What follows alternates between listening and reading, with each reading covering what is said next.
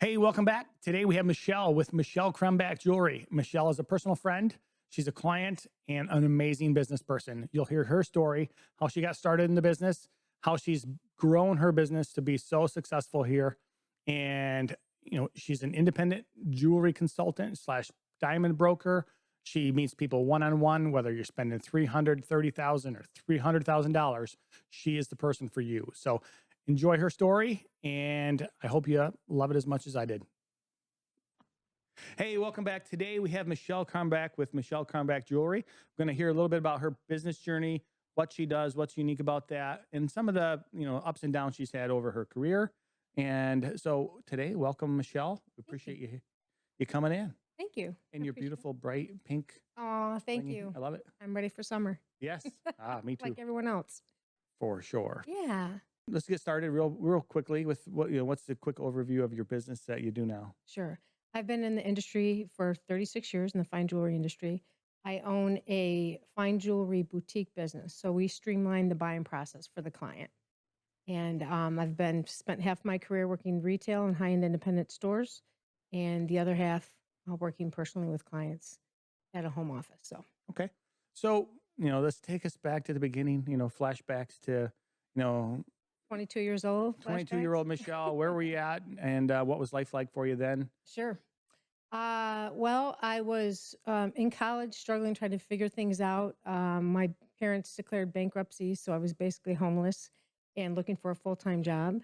And my dad always told me that I'd be good in sales, good with people, and walked into an unpretentious little jewelry store in Home, Michigan. And I didn't know the difference between carat gold content and carat diamond weight. And the owner of the store threw me the keys to the store on my second day and said, "I'll be on the golf course. Here's my phone number." Remember those big suitcase cell phones that were Oh, here? yeah. And said, "If you need me, call me," and throw everything in the safe at the end of the day and lock up the store. So 36 years later, here I am. That's just crazy to me. And so, you've told me the story before. Uh, you were pretty new to Howell in Michigan, right? Yes, I mean, yes. you weren't, you grew up in Florida? Yes. So we moved, was born in Howell, moved to Florida in fifth grade, right after fifth grade, Okay. and then went through high school and then a couple years of college down there. And so when you came back, now, did you have a lot of friends and family here? No, I didn't have, I had a few relatives that I knew briefly and rented a bedroom in a basement. Okay. And that's how it started. Yeah. Yeah. So how'd you come to even work for that, to apply at that jewelry store? I walked in, they were looking for a full-time sales position for $5 an hour. And walked in there and he gave me the job on the spot and then took me in the back of the room and handed me a watch and said, "Here, sell this to me." And I said, "I don't know how to do that." Yeah. And he said, "Tell me what you see." So then I was able to romance the watch and tell him what I saw. But the most important piece was, for me, his product knowledge is wonderful. And I educate all my clients as to what they're buying. But really, I'm more interested in who I'm selling it to and who's going to receive it and why. The story behind each piece Yeah. matters to me. And that's what stood out in our interactions, is caring. And that's that story. It's really like finding a need and filling it. Yes. And so in order to do that, you actually have to get to know the person a little bit. Yes. Yeah. So you started there. How long did you stay in that location? 5 years. 5 years? Yeah. And then I moved to Grand Rapids and went to work for a high-end independent jeweler here Okay. and worked 100% commission in my early 20s and learned right away what it's like to really work hard and work for the client. And because you needed all that repetitive business to come back, all the Mhm. referral business to come back, so you could pay your bills. But it became a lot more than that for me personally. I made a lot of friends. They walk in as a client and they leave as a friend, and that's the most important part about business for me. Sure. I Yeah. think that's super valuable. It's kind of how I've looked at my business the same. It's like, I don't know, you want to do business with people that are friends and they're Yes. friendly. And I think it just creates a deeper connection. For sure. 100%. So did you have a lot of pressure there? Like 100% sales, 100% commission. It's not always for everybody. It isn't. You have to have thick skin for that, for sure. And I was the only one working there at the time that was working for money, that needed money. The rest of the Okay. women were retired and their husbands were very successful and they were working for the discounts basically and to get out of the house. So um, one fun story, a gentleman pulled up. Um, um, he was a farmer, and when he walked into the store, it wasn't my turn to help him, but all of the other salespeople scattered because they didn't want to help him. And I just walked up there as bubbly as can be and was just happy to meet him, get to know him. And he pulled $6,000 cash out of his boot and paid for a piece of jewelry that took him 3 minutes to decide that he wanted to buy it. But he said he went to 3 other stores in Grand Rapids and no one would pay attention to him. They treated him horribly. So that was a lesson early in my career Yeah. that, how important it is to treat everybody equally, regardless of how much money you think they have or where they've been or, that was an important lesson that I learned. How old was I at that time? Probably 26.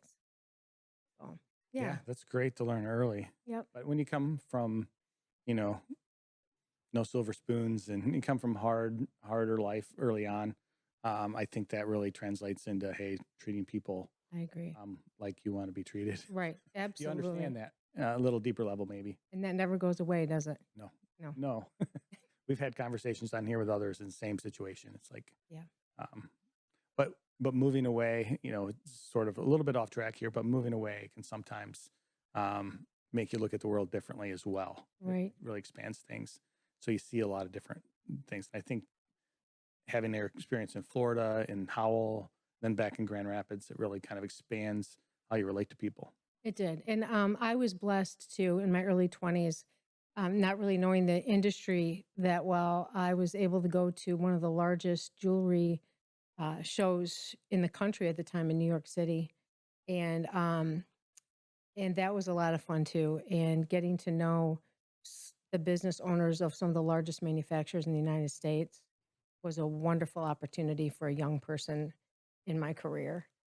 So I've been very blessed all the way around. So did you have to ask for that? No, they asked me to go. Okay, nice. Yeah. Yeah, expanding, some of the things we talk about here, in that business journey, entrepreneurship is, self-educating and kind of understanding not only your client, but your market and your products. So Right. super valuable. And that's just a foundation to build on. So Yes. But I did ask for quite a bit. And Yeah. that's the one thing that I'd like to share with our 4 kids are in their mid-20s, all the young people. If you have a dream or a desire to do something that you are intimidated to do, just go for it. I mean, what do you have to lose? You make the ask, That's one thing I did early in my career. Our manager left at the independent high-end jewelry store I was working at the time, and I asked for that position because I wanted to learn every area of the store. And they gave it to me. So, but if I wouldn't have asked, I probably would have been overlooked because there were other people that had more experience than I did. Yeah. So that was another valuable lesson.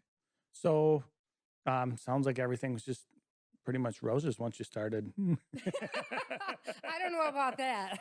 So what kind of things? No, I'm absolutely certain it wasn't. But what kind of things did you struggle with? Whether internally or with clients, or things that you kind of had to learn or work through. Well, when I first decided to go out on my own and start my own business, it was prior to 2007. And I had asked an accountant, ran some things past him, and he said, if I were you, I wouldn't do that. And I asked a few other people, and they said, nah, I don't know. I don't think I'd do it. I did it anyways. And I was so glad I did.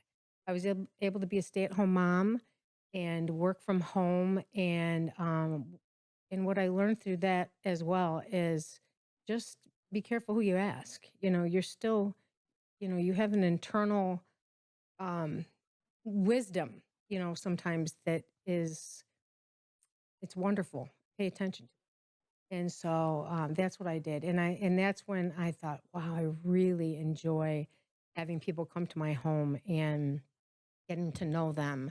And without the brick and mortar, I can save them money and educate them. And it kind of takes the pressure off. I think that when men walk into a jewelry store, regardless of how much money you have to spend, it can be intimidating. You don't know what you're buying. The salesperson may ask you what your budget is, and if it's 30,000, you might not want everyone to hear that. If it's $30, you might not want everyone to hear that. So it kind of takes the pressure off of that. Yeah, it's wonderful for the client and wonderful for me too, because I can just kind of, you know, help them all the way through so they feel comfortable with what they're buying, and and then I get to know why they're buying it, which is again, that's my favorite part is the story behind each piece. Yeah. So you've kind of um, jumped in here. Like, I think I've heard a couple things. One, the ability to stay from home. Two, the ability to get to know your clients at a deeper level, and serve them in a different way. Yes. Is that really the main reason that you decided to go independent, or is there's something else? Well, I wanted to stay home with my kids, and I still needed an income. Yeah. So that's why I did it initially. And I was very fortunate because I managed independent retail stores. So I had befriended the owners of the manufacturing um, lines, jewelry lines. So I was able, on a handshake back in the day when you could do Yeah. business with a handshake. That's how I was able to get product, and so I could service my clients. So what does that look like? What's a manufacturer, designer, manufacturer for? I don't think a lot of people understand, how jewelry's made, or especially custom pieces and Yeah. certain lines. A manufacturer is a manufacturer that manufactures fine jewelry of all different kind. And then there's diamond wholesalers separate from the manufacturer. Then there's a design team that I have works for me that does all my custom jewelry. So there's really three different avenues of where we get our product. Okay. Yeah. So you're matching up, for instance, say a gold ring. So you're matching up the designer of the ring itself, and then you have the diamond wholesaler. And so you're working with that, and then you have, or you have a standard, kind of ring line, and then you have a custom. They can tweak it, make some changes. Yep. Modify. If you send me a picture of something that you like, and we can make modifications to that Okay. and custom design something unique and special. Yeah. Great. So now, how long have you been independent? I've been in the industry 36 years. Half of that I worked retail. The other half has been independent. Okay. So if somebody else, like you've mentioned for, your kids and young people, I've heard this recently. Gary Vee had said the same thing. Hey, spend your 20s going after whatever you want to go after. Chase it. You can fail. It doesn't matter. You're not, you're moving forward. You're learning from that. So, I mean, I think it's great advice personally. I've seen a lot of the young people, at least in my spheres, not everybody, because I've seen some that are just getting after it, which I super admire. But so many are afraid of failure or what other people Right. will think of them. Yes. Like, hey, if they try something, now they only did it for 6 months or a year. Now they're moving on to something else, but that's the time to do it. Right. It is. And I think you have to be prepared as an entrepreneur. You have to be prepared to fail. I mean, you have to, that's just part of it. And so, and really what I think is failing is not trying. I mean, if you have a bad spend on something, I mean, I hired um, a young lady one time to do all of my Instagram and marketing, and it was a bad spend. It was $800 a month for 3 months. I was committed, and it was a bad spend. So you have to be prepared to make decisions that you're going to have to learn the hard way, and then other times you're going to nail it. So, but you have to have that mindset and not be afraid of that. That's just an opportunity to learn and grow. So how That do you is, think you came up with that mindset? How did you develop that? Self-education, books, audio. yeah. I learned early on because I was homeless at 18 that I was going to spend my time with intelligent people that were smarter than I was. Right. Yeah. So I learned probably from my father at a young age. You need to know your strengths and weaknesses for all things at a young age in business, in relationships. So I self-diagnosed and asked people that knew me what my strengths and weaknesses were. And then I went from there. So I knew where my weaknesses were. So I would spend time with people that were stronger in those areas. Mm-hmm. And then I spent time with people that were strong encouragers. So if they could see the strength in you, they would water it, you know. And that served me well. And I think that's the same principle today. And I think it will always be that way. So, but you can't be afraid to admit that where your weaknesses are as well. And I was never afraid of that at all. No, that's great. I think that's super valuable. Um, I had a thought there and I forgot. I can relate to that What too. it is, yeah. No, surrounding yourself with good people, like that's just, it's your mom and dad said you need to hang out with a better crowd. From being a little kid, you could have been in the kids that are getting in trouble, or you can been with the smart kids. You can be wherever you choose. Yes. And I think they often, another quote, your net worth is your network and who you're hanging out with. You're the average of the Absolutely. 5 people Yeah. you surround yourself with, and it's just Yeah. And don't be afraid to ask questions. I think early on, I was a little intimidated. If I ask this question, they're going to realize that I don't have the answer. Well, that's the whole point.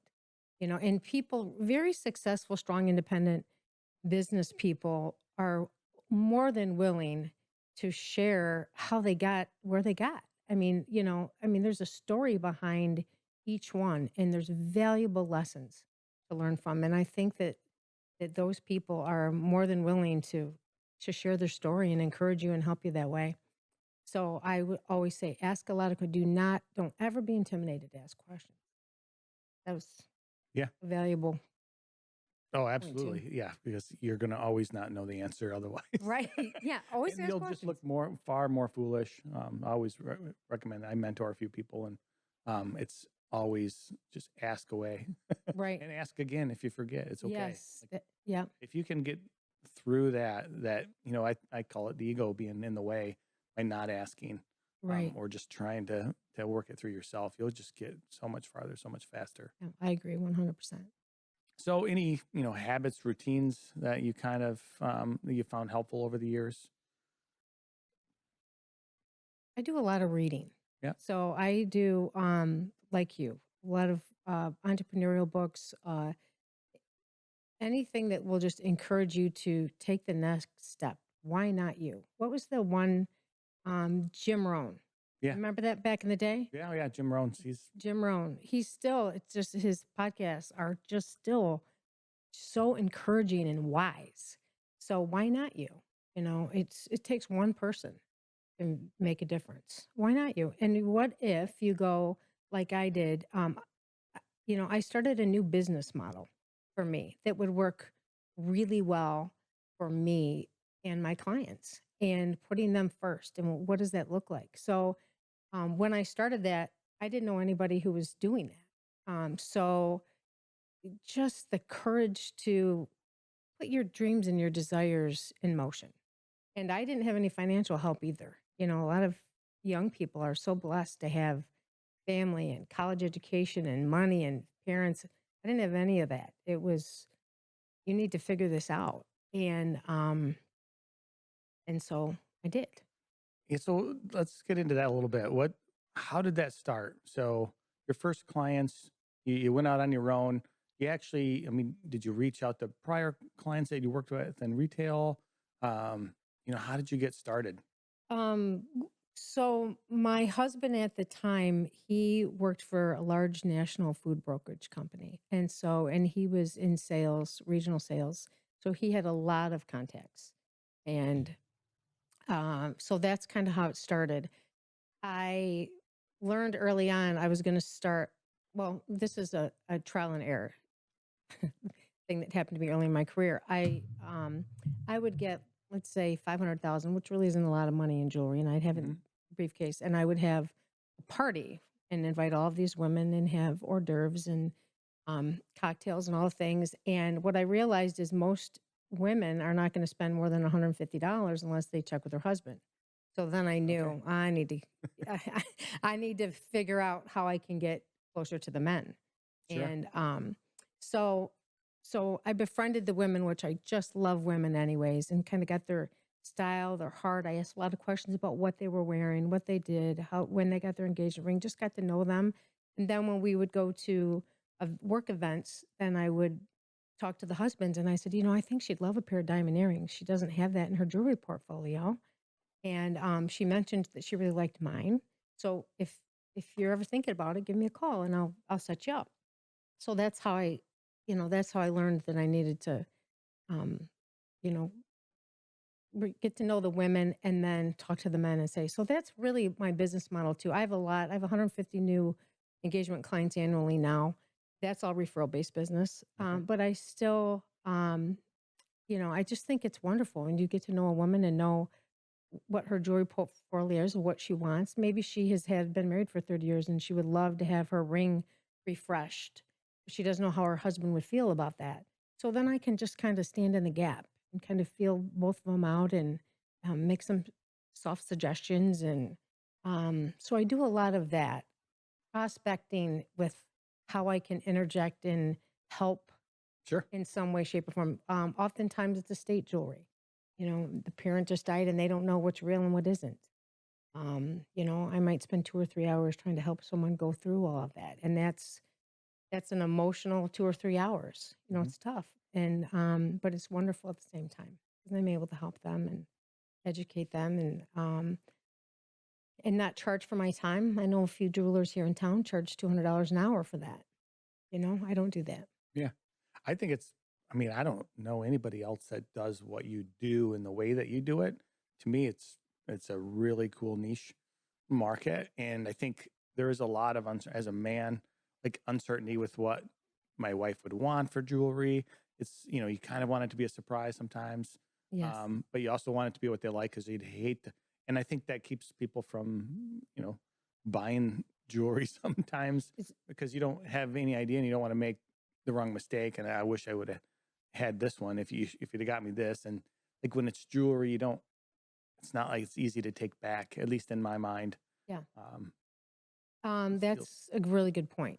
And see, that's what I like to do because sometimes I just have to tell the men, you just have to trust me with this. Now, you trust me, I'm telling you, she is going to love this and it's going to fit right in with her everyday life.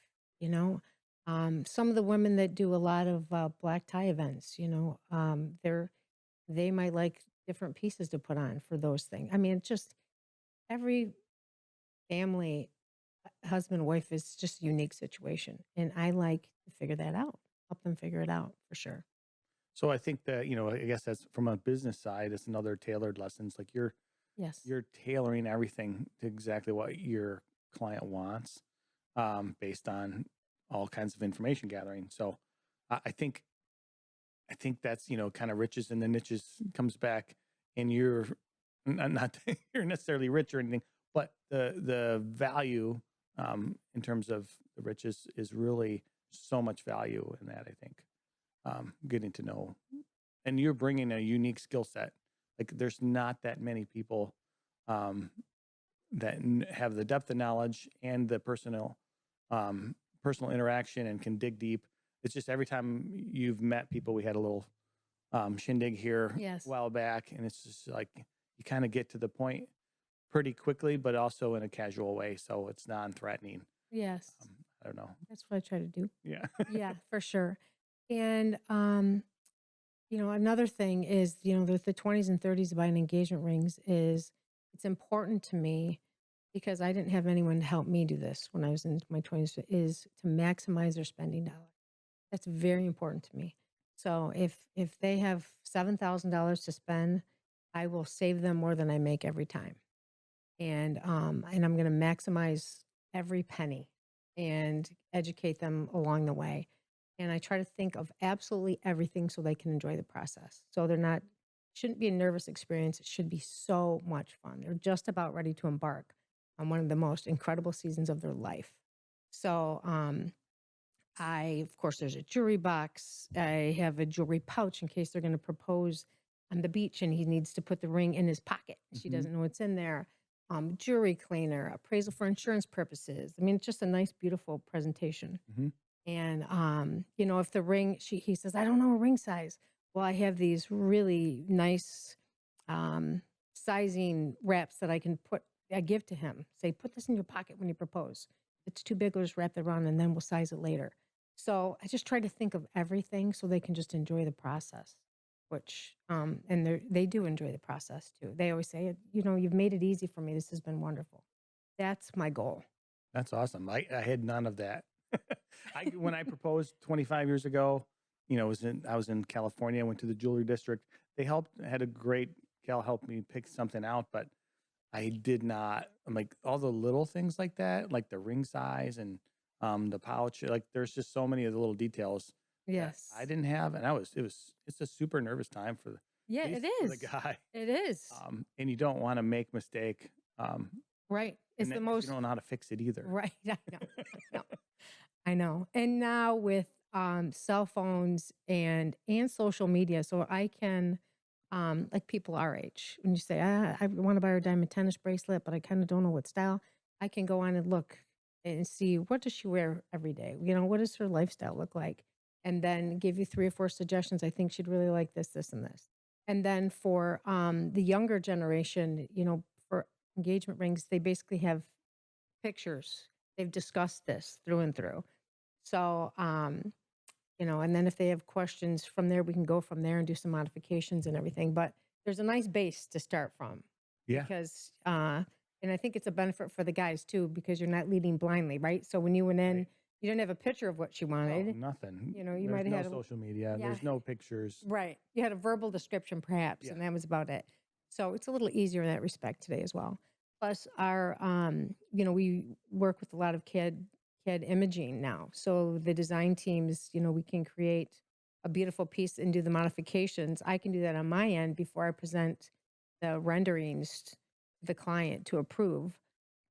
So that's wonderful. Back in the day when I started, the bench jeweler had to sit down with a big block of wax and a verbal description or a hand sketch, which wasn't very good. And sometimes you'd have to do 3 or 4 different models in wax form, which could take a month, before you land on what she wanted. So everything's a little bit easier today when it comes to custom design. Yeah, that's crazy. Yeah.